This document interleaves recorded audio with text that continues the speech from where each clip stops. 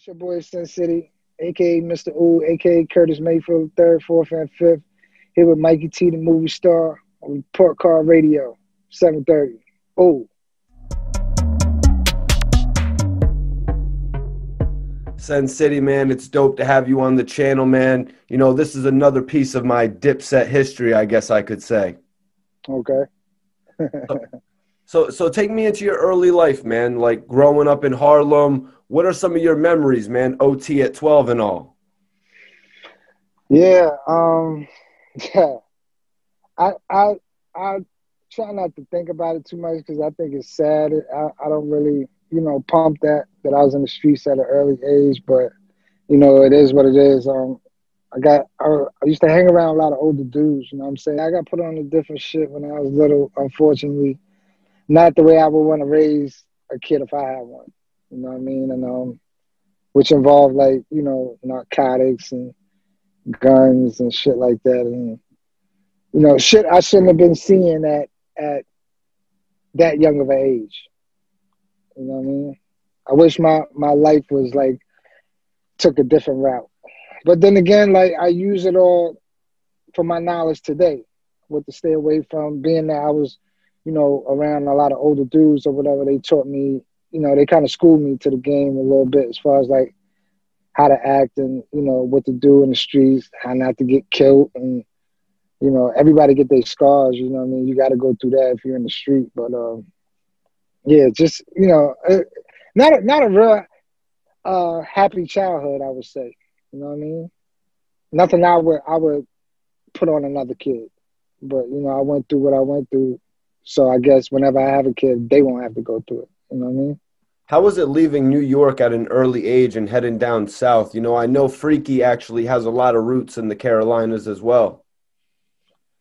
Freaky actually made roots in the Carolinas. His family is like based in Texas, but North Carolina, I don't really think Zeke has any blood relatives in North Carolina.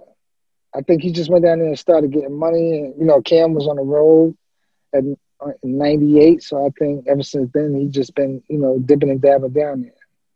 Because I don't recall seeing we used to go down there a lot.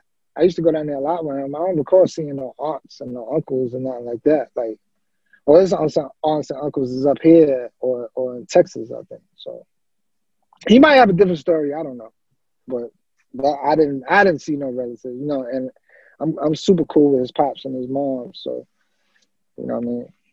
Yeah, I know the unfortunate story of Freaky, South Carolina, had to serve a couple of years in jail. North Carolina. North Carolina. Yeah. Airport? Huh? The airport where they caught Freaky with all the ecstasy and stuff? Bus station. Bus station. Crazy. Yeah.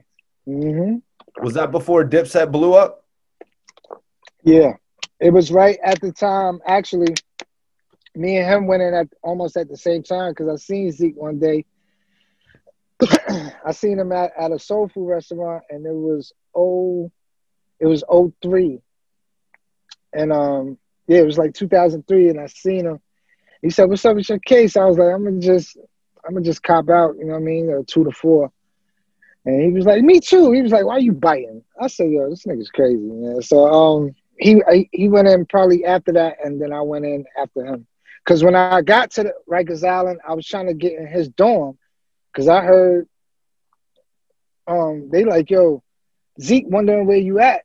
He like, "Yo, he eat like Chinese food and drink Alizé almost every other day." So I'm like, "Yeah, I got to get to that dorm, man." Like, yeah, like, oh, my bad. Like, F that, man. I don't want to, eat jail food and commissary. Like, if he getting bottles of alcohol and Chinese food, that's where I need to be, man. Like, Zeke had it on Smash in there, so. So during your incarceration, did you ever get to meet up with Zeke? No. Nah, they shipped me out. They shipped me up north. I think he was still on the island. And I think they shipped him down south. When I left the island, he was still there. And they shipped me up north, and then later on they shipped him down south. So when we both came home, I came home the end of '06. when we both came home or whatever, that's when we linked up and formed 730. And then '07, that's when we was, out there. So can you tell me a little bit about your early life growing up in the South, man? Growing up from North Carolina to New York? South Carolina. Excuse me. Yeah, yeah. It wasn't it wasn't really nothing really going on down there, man. Like it was I was a little kid, like, I did everything everybody else did, played baseball, played football, not really basketball. Just like a little country nigga, man. Like, you know what I mean? It only turned hood like when I was about to leave. And that's why when I used to go back and forth, then I was like, damn, this shit getting bad down here, like the drugs and the. Last time I was actually down there to visit, my family has something, and my grandmother like, don't go outside, like it's a lot of gangs out here, and I was like, whatever, man. And I was walking up the street with a girl that I brought down there with me, and a car just pulled up, looked like Boys in the Hood, how they roll down the window, how Ricky rolled down, not Ricky, but the red car rolled down the window, and they was just looking like, I'm like, oh, they about to fire on me, man. I'm like, damn, they probably mistaken me for somebody else, but I ain't gonna sit here and explain myself. So we just looked at each other, and they just pulled off. I'm like, yeah, that shit, it's crazy over here now. You know what I mean? But as far as down south, ain't no real experience. You experience, racism. Like I experienced that, when I was little, being that, South Carolina is one of the hearts of racism. But that's about it. Ain't nothing to really talk about. So, so City, I'm sorry. when did you realize that music could be a possibility for you? I don't remember the year, but I wanted to hear myself on a CD, and I just wanted to hear myself. You know what I mean? Like I didn't care about rapping. I didn't think that would have ever been a future of mine. So I didn't have dreams of it, and I just did it one day. And my man was like, Jet Lag Ash at the time. He was like, "Yo, do another one. Now do another one. Now do another one." And it was on after that. But the first time I did it, I just wanted to hear myself on a beat. That's it. So I wrote a rhyme, and they liked it.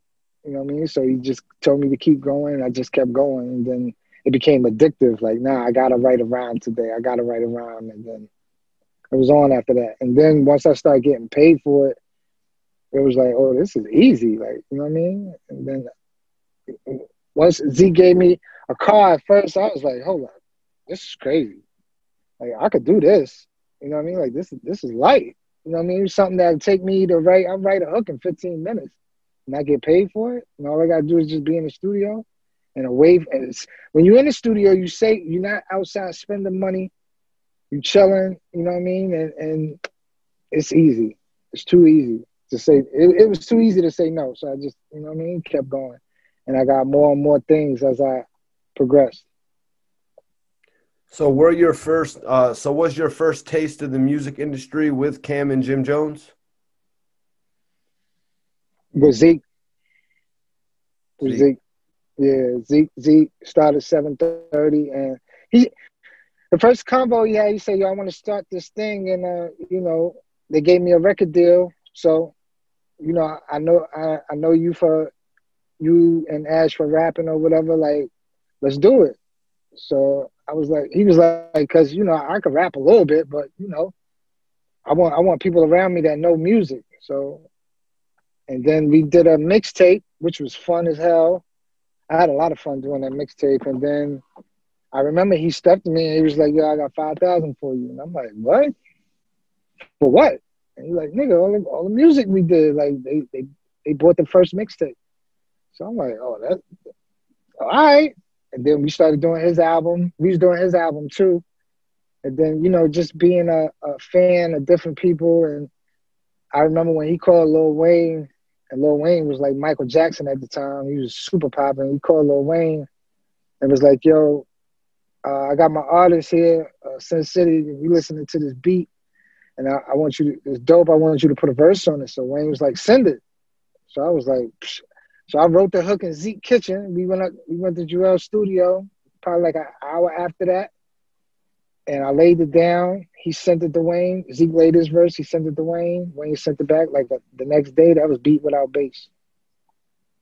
So yeah, I was like, yo, this is kind of easy. You know what I mean? And Zeke had a little name anyway. Like he knew all the industry people, so it wasn't like we was trying to get in the door. He was in the door. He had a deal already. You know what I mean? So. Wow. Wow, that's crazy right there. So Freaky brought you in the door.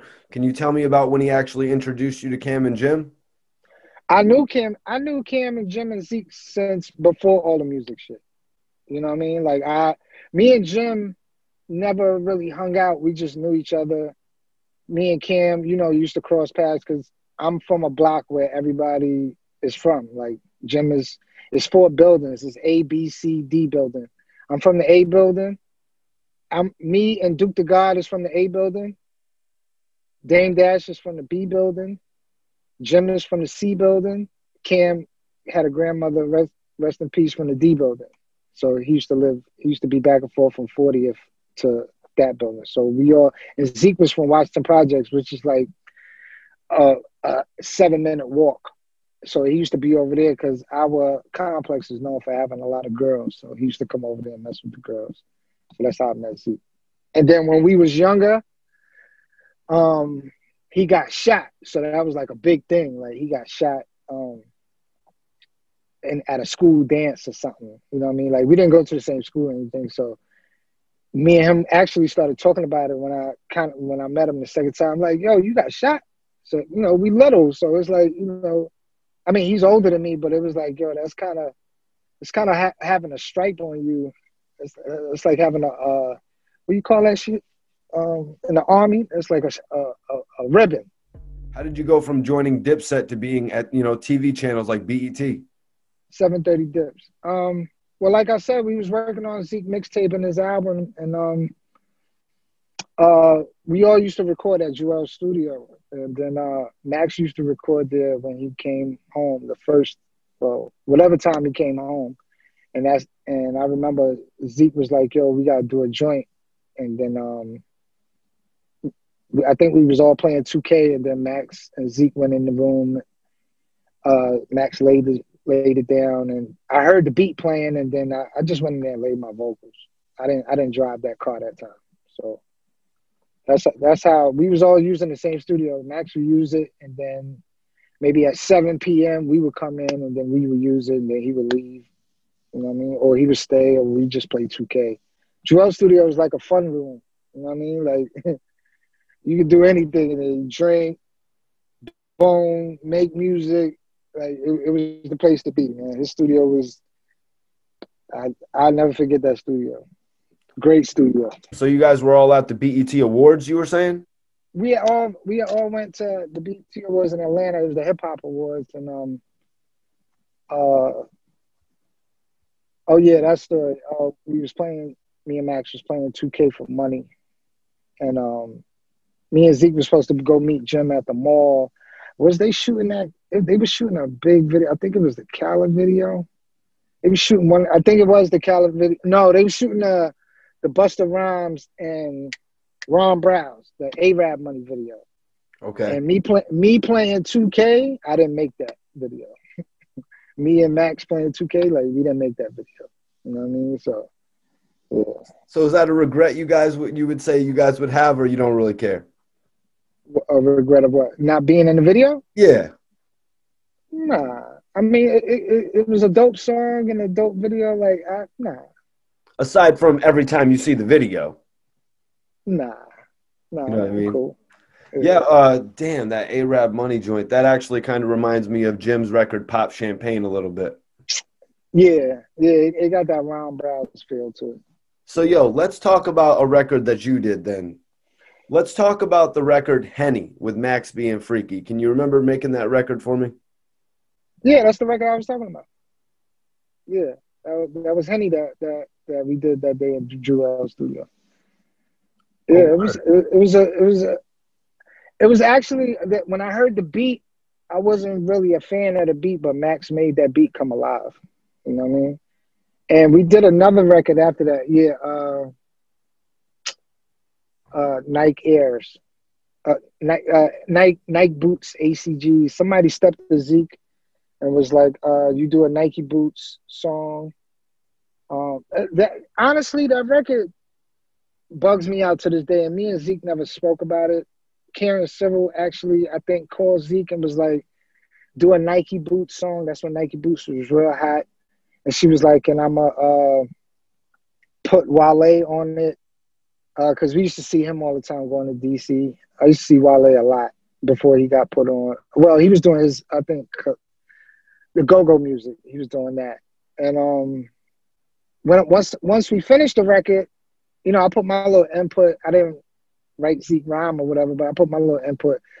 Once we finished the record, Zeke called Wayne and was like, "I got another one." So Wayne did it, sent it, and then I heard Wale on it. Then I heard Max doing the hook, and then next thing I know, I think Wale was doing it, saying that it was his record, and I was just like, "This is stupid. Like, what? It should be everybody's record who's on it." You know what I mean? Like, I didn't understand that record, but that was the only work that me and Max ever did. As far as like, you know, we never got a chance to.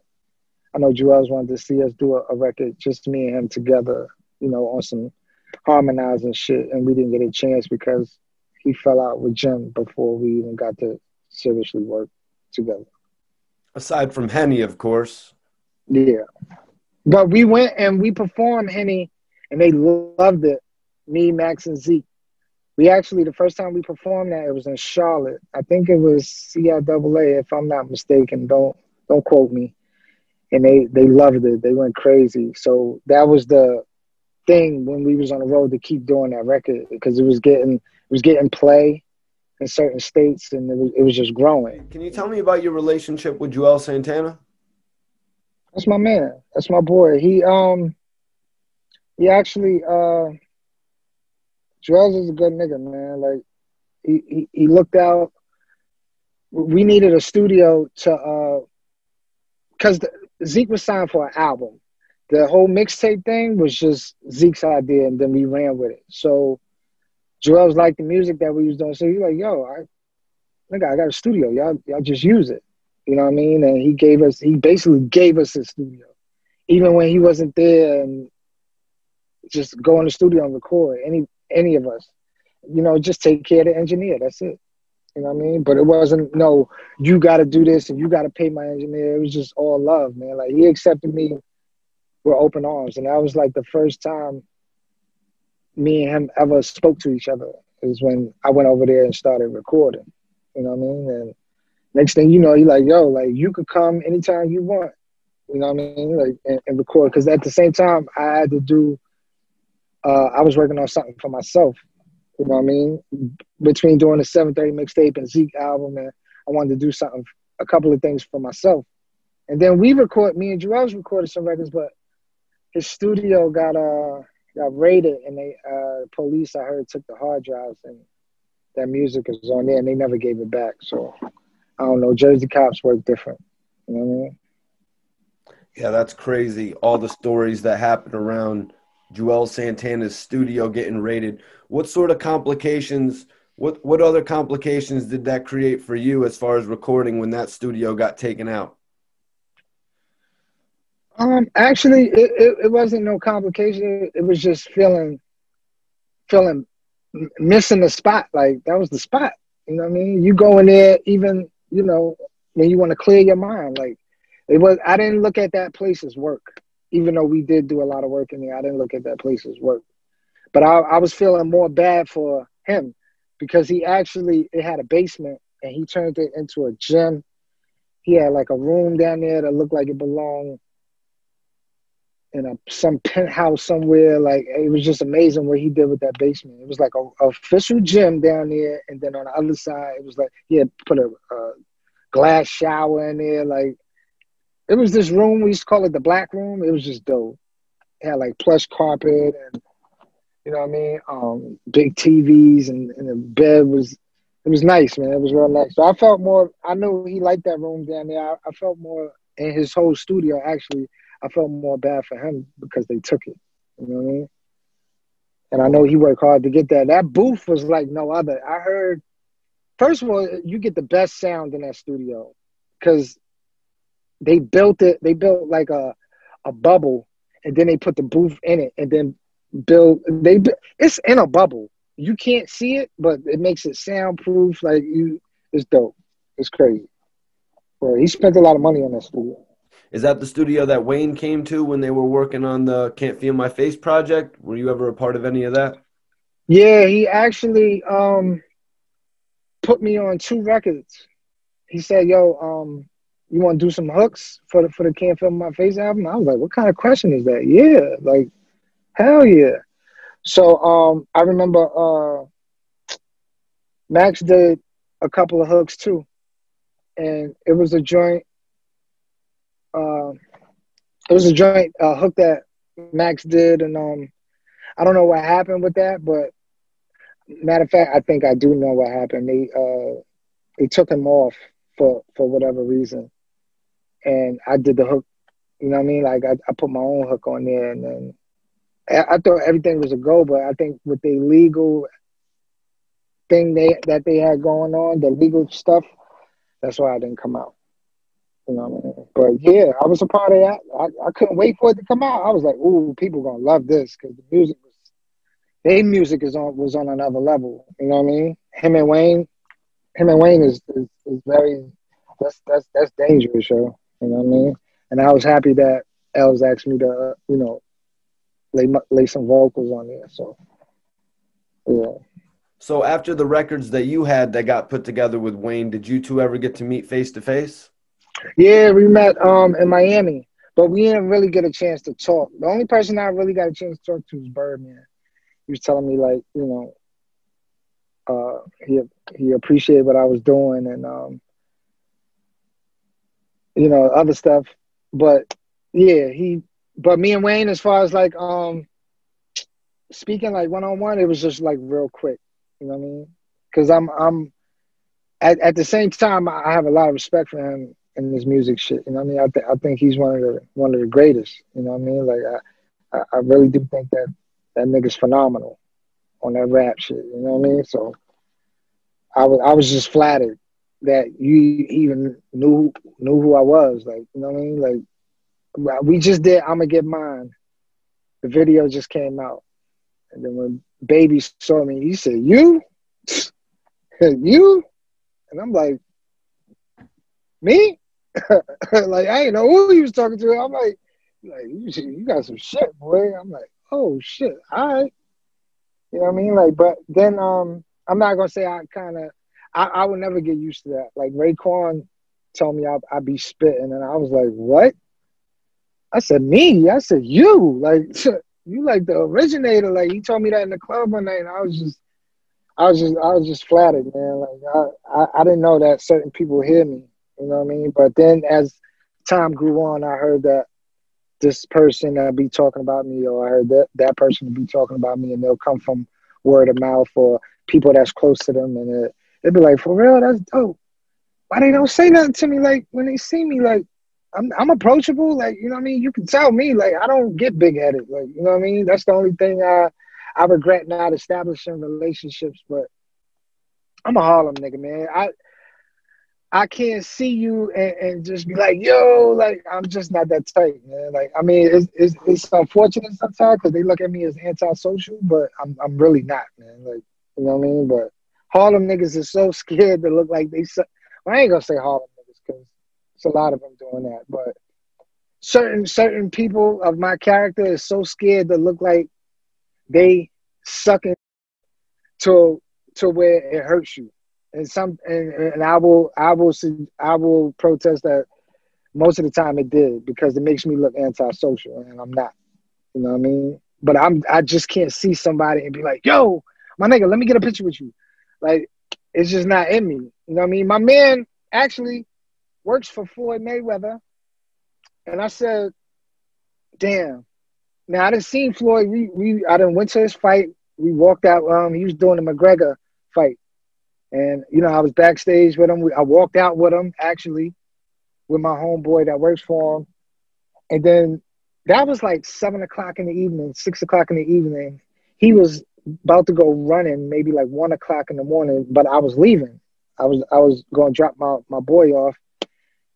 And I said, damn, I should have got a picture with him.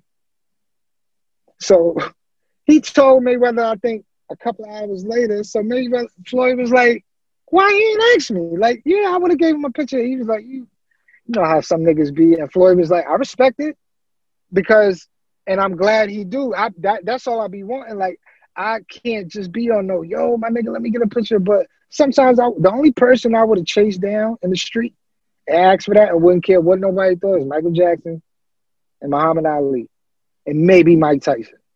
You know what I mean? But I can't just, but at the end of the day, I'm not antisocial. I'm not. And I don't think that my shit don't stink. I'm a humble nigga. I appreciate everything anybody ever do for me.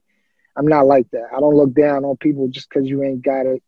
Like, I treat everybody the same. I treat the maintenance worker the same way I treat the CEO. What's your take on Jim Jones actually jumping on Instagram Live with French Montana and ending all the issues?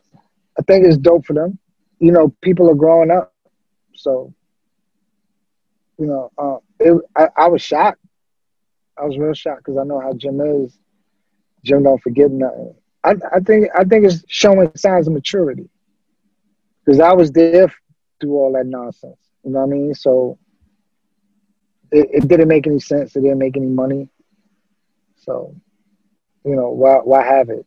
I always thought it was a silly ass beef, but you know, it is what it is.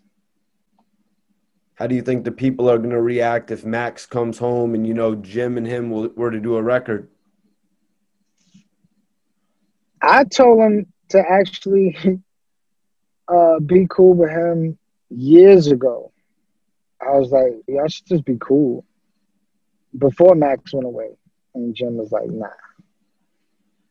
I think, but like Jim said in his interview, I mean, if it happened, I would kind of be surprised, but Jim said it in his interview, like, you cross a certain line, and, you know, coming back. So I don't know. That's they shit, man. Like, I don't care. I don't focus on they shit. You know what I mean? If they make good music again, then blessings to them. You know what I mean? Like, but I don't anticipate anything. Yeah, the key word being again, man. But like you said, it's definitely a positive thing, him and French getting together on Instagram Live. You know what I mean? Showing the world that they can be mature about the whole situation and get on from what's happened in the past. Right. Can you tell me about taking influence from both 50 Cent and Ja Rule? Oh, yeah, the harmonizing part. Yeah, when I heard that, I just thought it sounded real good. So I started harmonizing. I if you want to say I bit that off of them, then okay, whatever. But I just put my own little flavor on it. You know what I mean? I think that's where everybody got theirs from because I don't really remember anybody doing that before. I heard Nas do it one time on AZ album. Just give me, why don't you give me the world? I remember he sung that a long time ago, and I was like, ooh, that sounds dope. Yeah, like I remember he sung that. I was like, nah, fired that shit off. Like, he killed that shit. You know what I mean with that. But as far as like me wanting to do it, I was like, let me try that. And then, you know, because I used to be with another production team, Smalls record label. You know what I mean? Shout out to Mike Smalls and rest in peace, Speed. And shout out Real. But we was doing music with them, and you know, somebody passed away, so it was just like we lost the feeling for it. So that's when I started with Zeke, and we did 730. Were those two guys people that inspired you, though? Were you actually inspired by 50 and Ja? You know, like, I don't really get inspired no more to this day. I think everybody sounds the same. And if that's what they want to do, then so be it. You know what I mean? But it's a lot of auto-tune. And I mean, that's the music that took the world over. That's not the type of music that I really want to do. You know what I mean? So, yeah, my inspiration, it used to be certain records I used to get goosebumps when that record feels so good, you just get goosebumps, and I can't remember the last time I got goosebumps. Maybe hearing other things, I get. You know what record gives me goosebumps to this day? I Shot Your remix with Foxy Prodigy and LL. I think that record is super dope. And then when 50 did it over, that's another one that gave me goosebumps. That's the sound of trapping that thing, that shit right there. That shit dope. So you like that old 50? Yeah, and Cam Down and Out with Kanye. I like that record a lot. You ever get a chance to interact with the Young G unit before they blew up, went with Interscope? No, no. I met Yayo later on as we did and I didn't meet 50 till later on. I met Banks while we was doing. He's a cool nigga. I met Banks when we was doing Jim album, the Capo album. I got a song. I'm on a song that Jim put me, Lloyd Banks, and Prodigy on. It's called Take a Bow. It's a dope song. And if you haven't heard it, niggas need to go listen to that. Niggas talking some real shit on there. Prodigy, one of the greatest of all time. Facts. I wanted to talk about if you thought the 50 Cent and the Ja Rule beef was comparable to Max B and Jim Jones. Oh, hell no. Nah. Hell no. They public knowledge, somebody got shot. You know what I mean? Like, nah. Nowhere near. And it's way above. I think Ja was winning awards when 50 was coming at him. 50 was on the come up. It's totally different, man. That's what I think. And Jim Jones was selling thousands of units while Max B was coming at him. But Max wasn't selling the records, and nah, it's different, bro. You got to think about Ja. Not saying that the intensity in the street wasn't the same, but as far as like when you look at it from a music standpoint of view, a lot of people don't know about it to this day.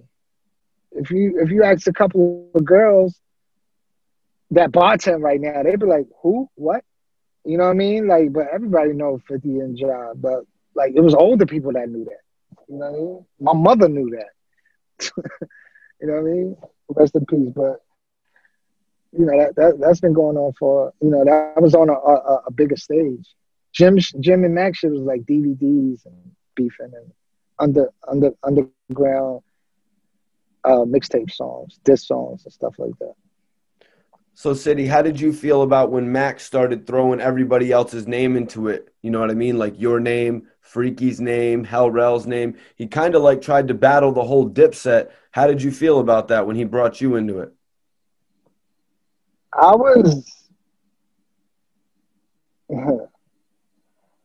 upset at first, but then I was upset. And then I talked to a couple of people, and they like, nigga, you want shit like that. Why wouldn't you want him to say your name? So then it became like a joke to me. I ain't take it seriously no more. Because I knew that was as far as it was going to go. It wasn't going to get, you know what I mean? It wasn't going to go nowhere. You know what I mean? The thing was that all his fans was like hating me. You know what I mean? Like they was hating whatever. Even if the music was dope, they ain't get fake ass Max B, fake ass this, fake ass that, and it was just like, how did I get this name? Like, you know what I mean? But I dug it. I understood it. You know what I mean? I'll never forget. K. Slade told me. We did an interview, and I said, "Wow, you ain't gonna ask me no Max B question?" He said, "For what?" He said, "Yo, my man, check this out. You doing what you do. That's your music." He said, "It's just like if I was to stop the Papoose and got another lyrical nigga, they wouldn't even hear the lyrical nigga because they'd be like, he's a fake Papoose." So I said, "Got you."